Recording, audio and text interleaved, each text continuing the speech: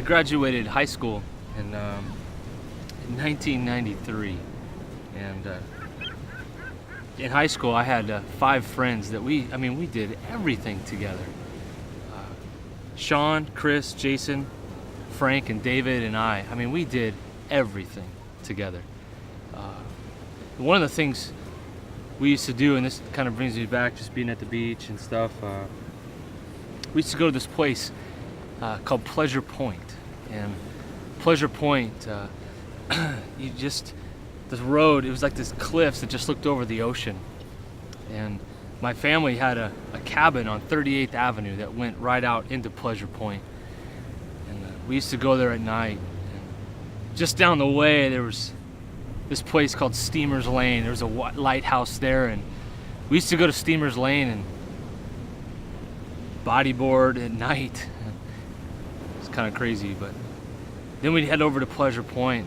Pleasure Point, because it was a cliff, there were stairs that went down off the street, and so if you were against the cliff, you couldn't see, we couldn't be seen, from the street.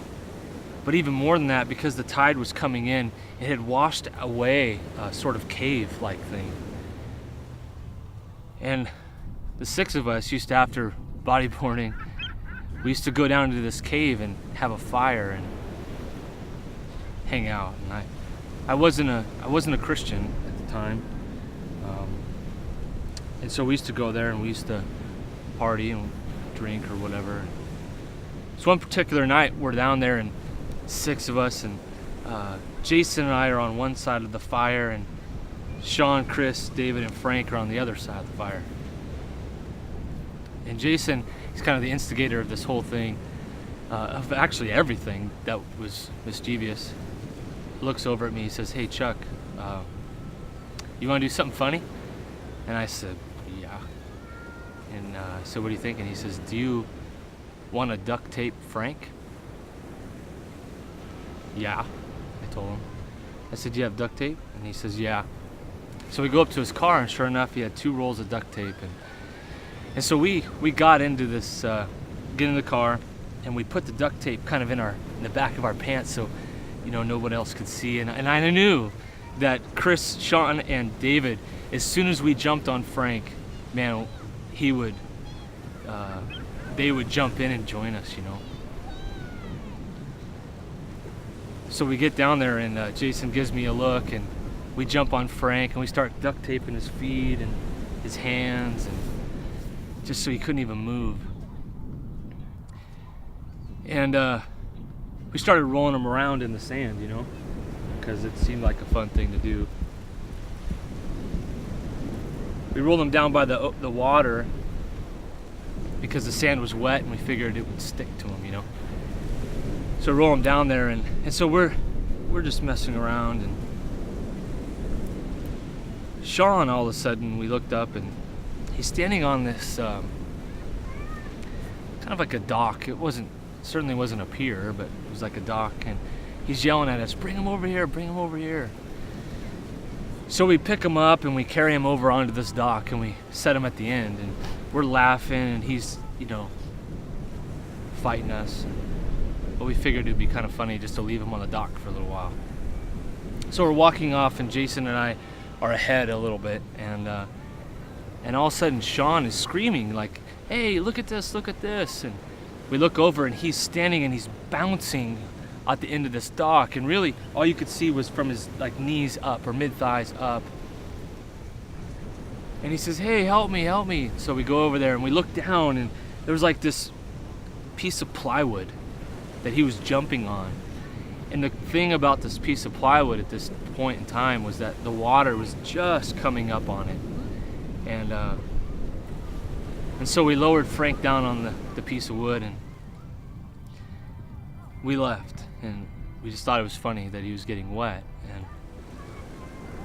we go back into the cave, actually, and I don't know how much time passed by, but we figure it was about 40 or 45 minutes, and we realized that we needed to get Frank. And so we go out there, and Jason, David, and I were kind of lagging behind, and Sean and Chris were ahead. And we were messing around down by the water, and all of a sudden, I just remember hearing like this shriek. It was something like I never heard before, and Sean was just freaking out. Jason and I ran over there, and we realized that the plank that we had set Frank on, it was, when Sean had gotten there, it was completely submerged. And so we totally freaked out, and pulled Frank out, and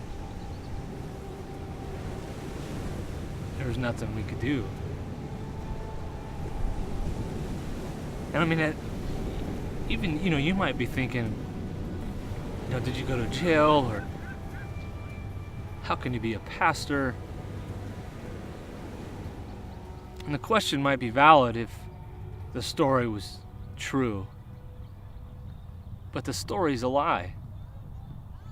I mean, there are parts of the story that are true, and there's other parts of the story that are absolutely a lie. In fact, look up for a second. This whole thing is set up to trick you, to deceive you. And I wanted to start off this series like this on purpose, because I wanted you to feel the frustration of being deceived. And I know, some of you are probably even angry at me, and that's okay, because I wanted you to feel that as we start this series on identity and who we are. You might be frustrated at the fact that you were deceived over the last 5 or 6 minutes, but could you imagine getting to the end of your life and realizing all of a sudden that your life was a lie? That you realize at that point in time that your entire life, you didn't even know the truth about you and who you really are. And maybe even you get to the end of your life and you realize, and you're face to face with God, and you realize that you were even a part of deceiving yourself. You imagine how frustrated you would be then. You see, this whole series is about who we are and who we're not. This series is designed to get us thinking about who or what we identify ourselves in. And so my question to you is this, and although this might seem like a basic, simple question at first, but it's a question at the end of the series that you're going to need to answer. And it's this: who am I? When somebody asks you that question, who are you? What do you say? How do you define yourself?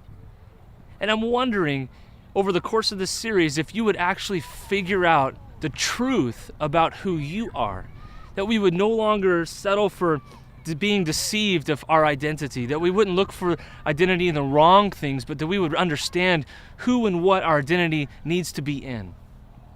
So as we go through this series, and you walk with me through different scenarios, I pray at the end of this that you would understand in your head, but also embrace in your life, the truth about your identity and who you are.